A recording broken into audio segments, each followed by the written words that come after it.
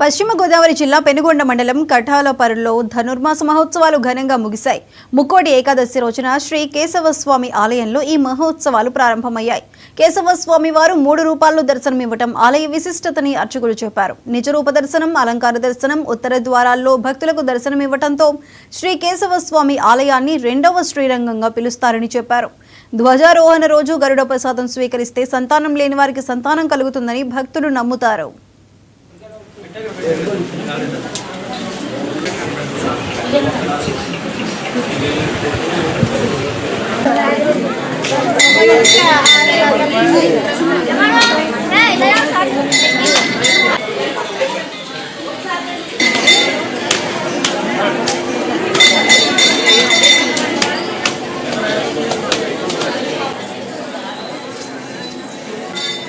వెంటనే ఆ ధర్మతులు లేచి ఇది అంతే చిన్న పలుకు గడపాలు తీసుకుని వెతకనారంభించారు.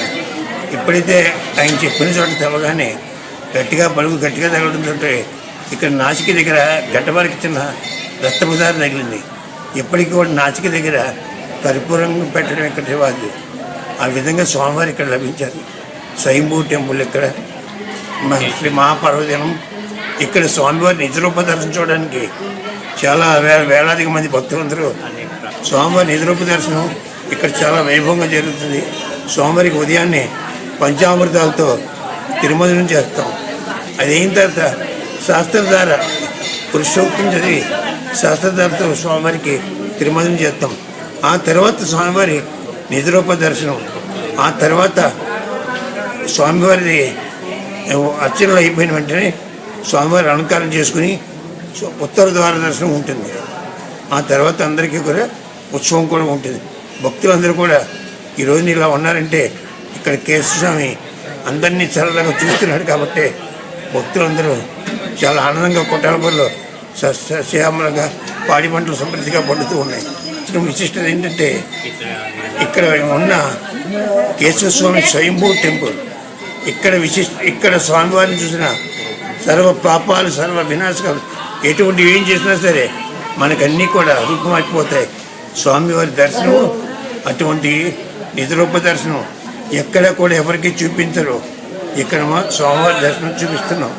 అది దానివల్ల అనేక మంది ముక్కులు కూడా ఇస్తారు జనానికి. అందరూ కూడా మనకి భోగభాగ్యాలు ఇస్తే పొద్దున్నే జరిగేదేమో రాజయోగం, మధ్యాహ్నం 10ంటికి జరిగేదేమో బాలభోగం.